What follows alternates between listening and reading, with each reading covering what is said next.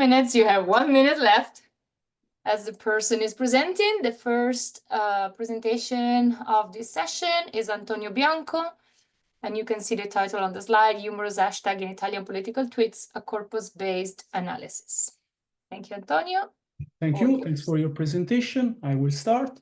So this is the title of my talk, Humorous Hashtags in Italian Political Tweets, a corpus-based analysis. I will show you briefly some hashtag functions now, and I don't know. All right, now it's good. Hashtag are central element of EX syntax and the most identifiable. And they are also used to transform the words following the hashtag symbol into links. And so they are useful to embed these words within a trend. So there is a strong connection, a strong relationship between hashtag and the concept of virality. Many studies addressed the linguistic pragmatic function of hashtags, in particular for the Italian context, the study of Spina. One of the basic functions of hashtag is to tag a topic. For example, if we consider the tweet number 1 published by Calenda, use hashtag to signal that he's talking about Mario Draghi, and at the end that he's talking about politics. In the second, in tweet number 2, instead, Matteo Renzi used an hashtag to express an opinion, and in particular to express the slogan of his party. And this slogan is Italia seriously. In Italian, the Italian translation is Italia sul serio. Less emphasis is on the humorous and playful use of hashtags. And the studies of Wikistrom, Boero, Emilia studied the humorous use of hashtag, but they are not corpus-based studies, and they don't focus on politicians' use of humor. In addition, studies that have examined humorous tweets by politicians, for example, the study published by Mendiboro Sequel in 2022, do not explicitly address this type of use of hashtag. Now I will show you an example of humorous hashtag. The tweet number 3 was published by Gianluigi Paragone in 2022, and the text is everyone, even who were sitting at the Oppo fiction, are rushing to comfort the economic markets.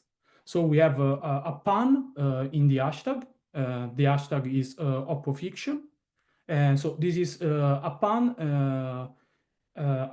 and based on the real world opposition. So we have a pun to mock opposition forces and to present Paragone's party as a real opposition, a strong opposition force. So in this tweet, the hashtag is the only humorous part of the message. And in this specific tweet, hashtag is an autonomous speech X, and is used to achieve a specific perlocutionary effect, in this case, a humorous effect. And is the only humorous element in this tweet is in the hashtag position. Is marked as an hashtag. In this tweet, humorous hashtag serve an aggressive function, but humorous are used by politicians for a lot of rhetorical communicative goals. For example, with affiliative intention, or to make clear allusion to locutors' positive qualities, and this is the self-enhancing function of humor. And we have also a self-deprecating form of humor, and I will show you some example about them in the next slides. This is the goal, the aims of my research. I want to show some data about the presence of humorous hashtag within the corpus. I want to analyze the types of humorous hashtags and their function, their rhetorical communicative function in Twitter, now X, and I want to understand whether these are signals of the politician's creativity, or they are a sort of reuse of pre-existing hashtags present in the World Wide Web. Now, just a few words about corpus and methodology. The data set consists of more than 7,000 tweets published from 35 politicians in the 2022 national electoral campaign. I performed a manual annotation of tweets to discriminate humorous tweets versus non-humorous tweets. And so I collected more than 700 humorous tweets. So this is the 10% of the total corpus. I adopt the general verbal theory of humor to analyze my data. The main concept is the overlapping and opposition between scripts. Scripts are basically complex chunks of information, and this theory is also useful to analyze puns and wordplays forms.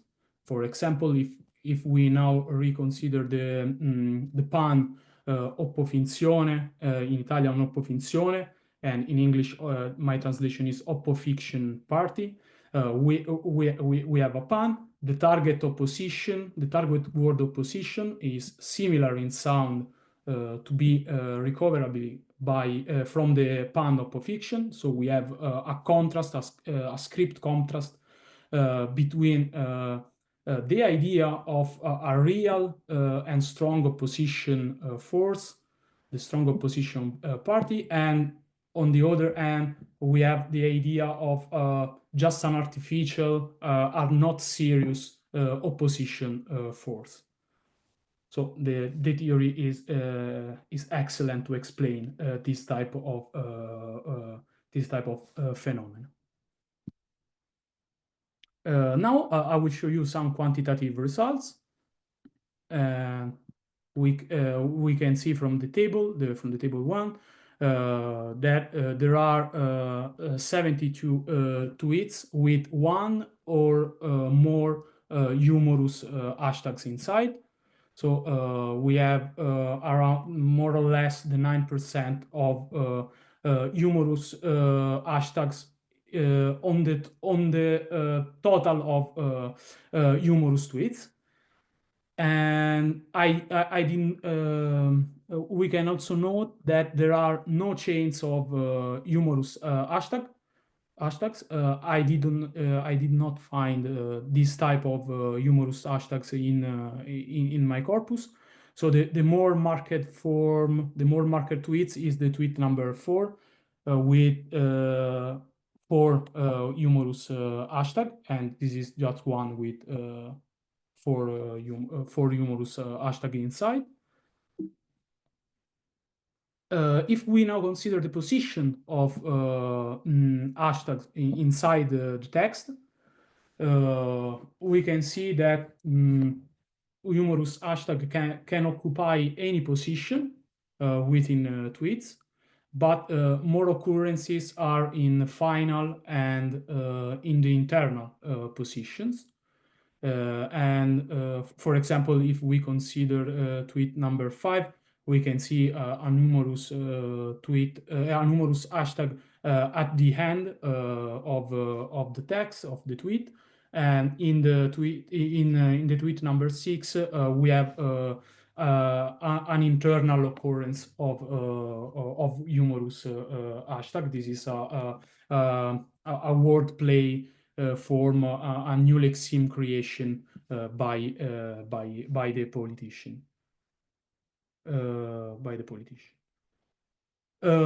Now I will consider the distribution of humorous hashtag in relation to political coalition and politician identity.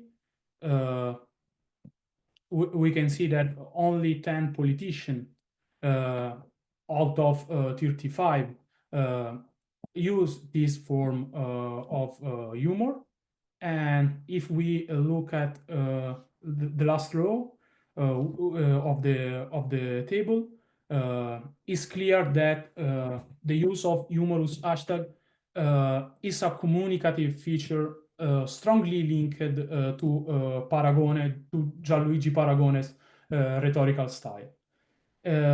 Is a complex figure because he's a political outsider. He is a radical populist, and he was a he was a television journalist.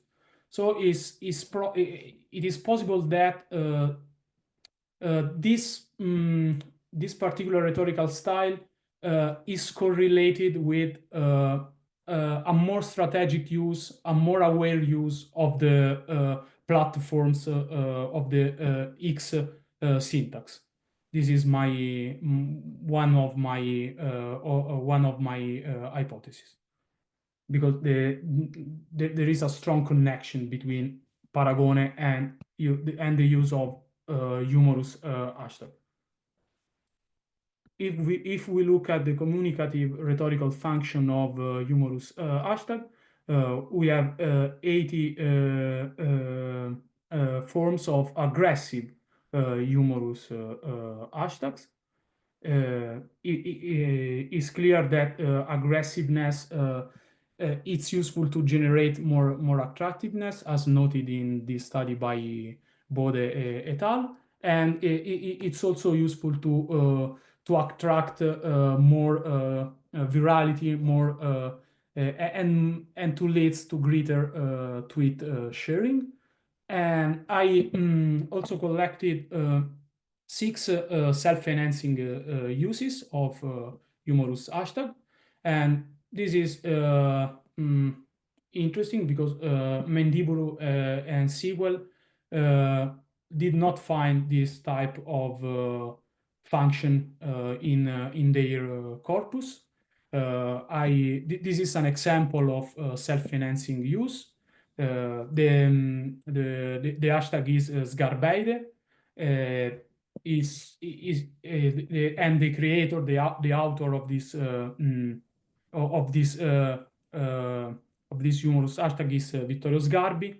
So Sgarbi makes a sort of comparison with epic heroes, for example, Achille and Enea, and because Sgarbeide is similar to words such as Eneide and Achilleide, the name of some epic poem. And I have also cases of self-deprecating and affiliative humorous hashtag, and I will show you one example of about affiliative humorous hashtag. Now some qualitative results. First of all, sorry, probably it's just it was on Earth. Now I will show some qualitative results. In this slide, there are 2 screenshots of tweets composed by just by a humorous hashtag for the text part of for the textual part of the tweet. So in these cases, the multimodal and intertextual nature of hashtags is fully completely activated. So the text and the humor we can say that the humorous meaning is not inferable in this case without integrating the hashtag text and the image for the tweet at the right, and without the interaction between the hashtag text and the text in the link outside inside the tweet. So we have a strong relationship between hashtag and other textual part. In one case, we have a text in the link, and in the other case, we have an image that can explain the humorous meaning of the hashtag. I will show you now a different type of analysis now. 5 minutes left, Antonio. Yes. And I will show you the relationship between creativity and the concept of longevity in relation to humorous hashtag. So I want to investigate the history of some humorous hashtag in the X sphere using a sort of philological critical approach, and I want to analyze the relationship between political discourse, political text, and the concept of creativity. So the question is, who are the authors of these types of hashtags? And so the another question is, are these humorous hashtag ephemeral, or they are widely used and stable in the X sphere? So we can imagine a sort of continuum. On one side, we have unproductive or dead humorous hashtag. On the other side, we have widely used and more stable hashtag. And in the middle, we have limited lifetime hashtag. And I will show you now some data about this. So we have a list of humorous hashtag that I've collected in my corpus. So we have Sgarbi Nobel, Ghostbuster of Fascism. They are very difficult to translate.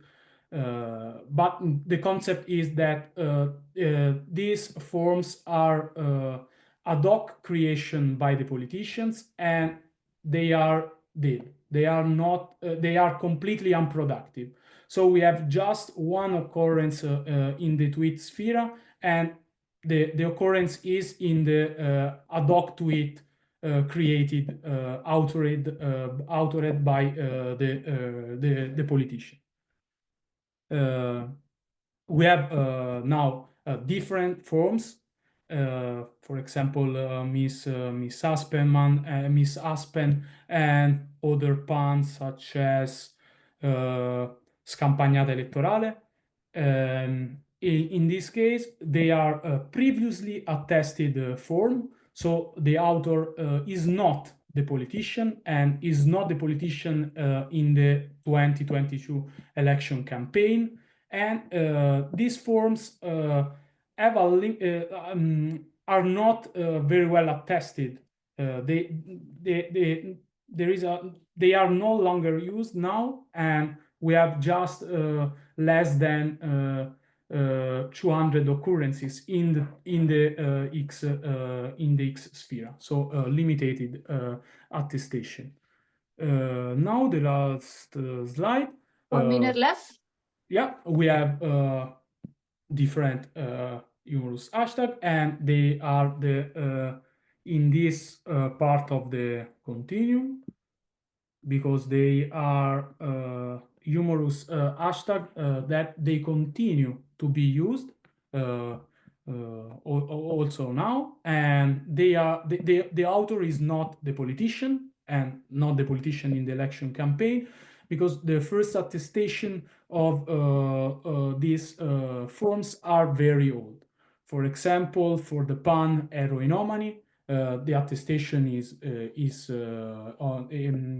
is in a tweet published in 2015, and for Tana Libera Tutti in 2013. So they are very old attestation, but they continue to be used in the X sphere.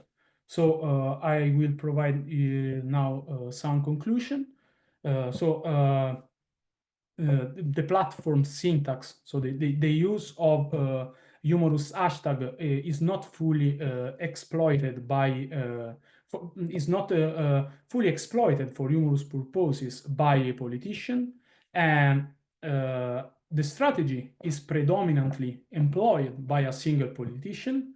In this case, the single politician is Gianluigi Paragone with a complex background, and he is not a traditional politician, and we cannot properly talk of use of humorous forms by politicians in this case, because they are in several cases these humorous hashtags are a sort of reuse of pre-existing humorous forms attested in the X sphere previously. And I think that it's all. Thanks for your attention, and if you have questions, please. Right. Is it possible that it's a generational difference? I'm not familiar with this Paragone politician. Okay. No, it's not related to the age, because this politician have more or less the same age.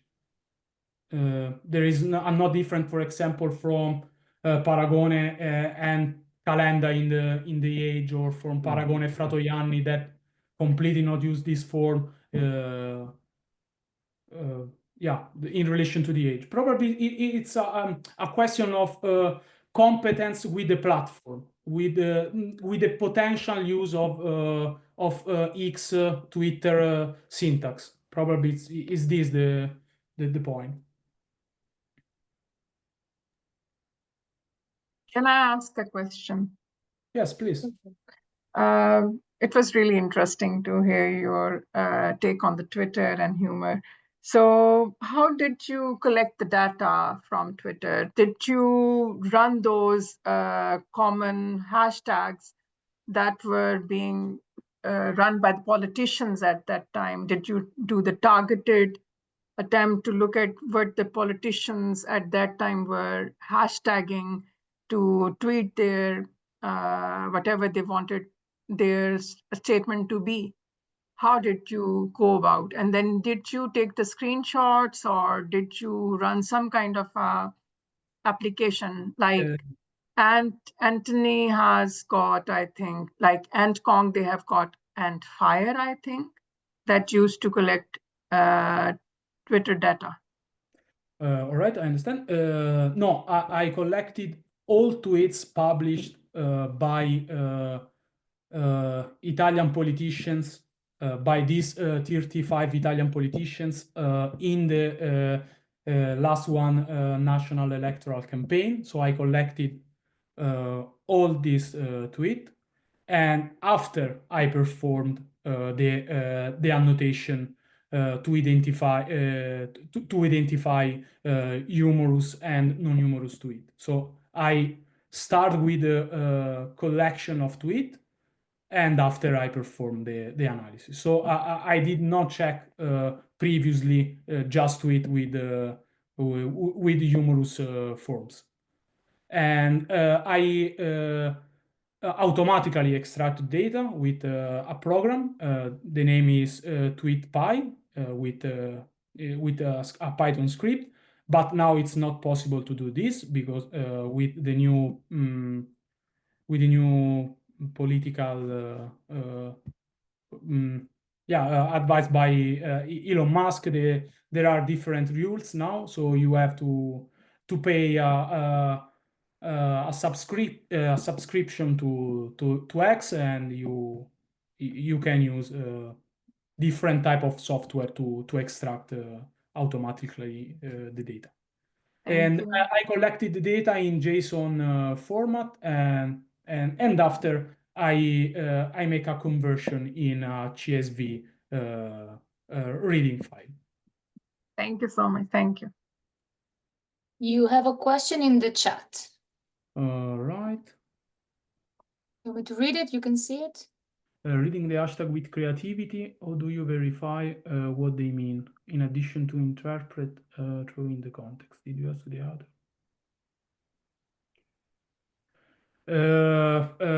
Right.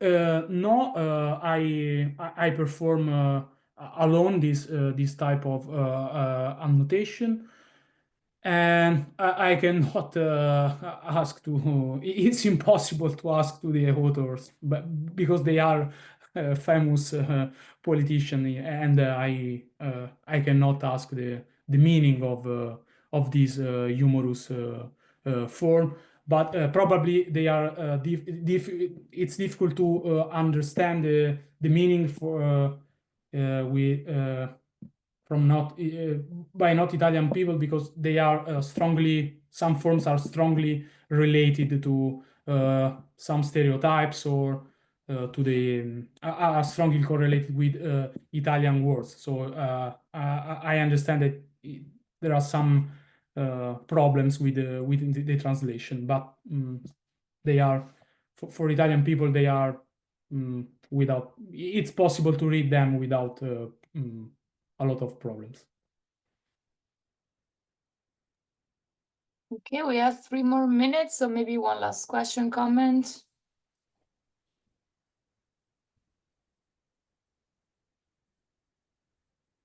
If not, then thank you, Antonio, for your presentation. Attention.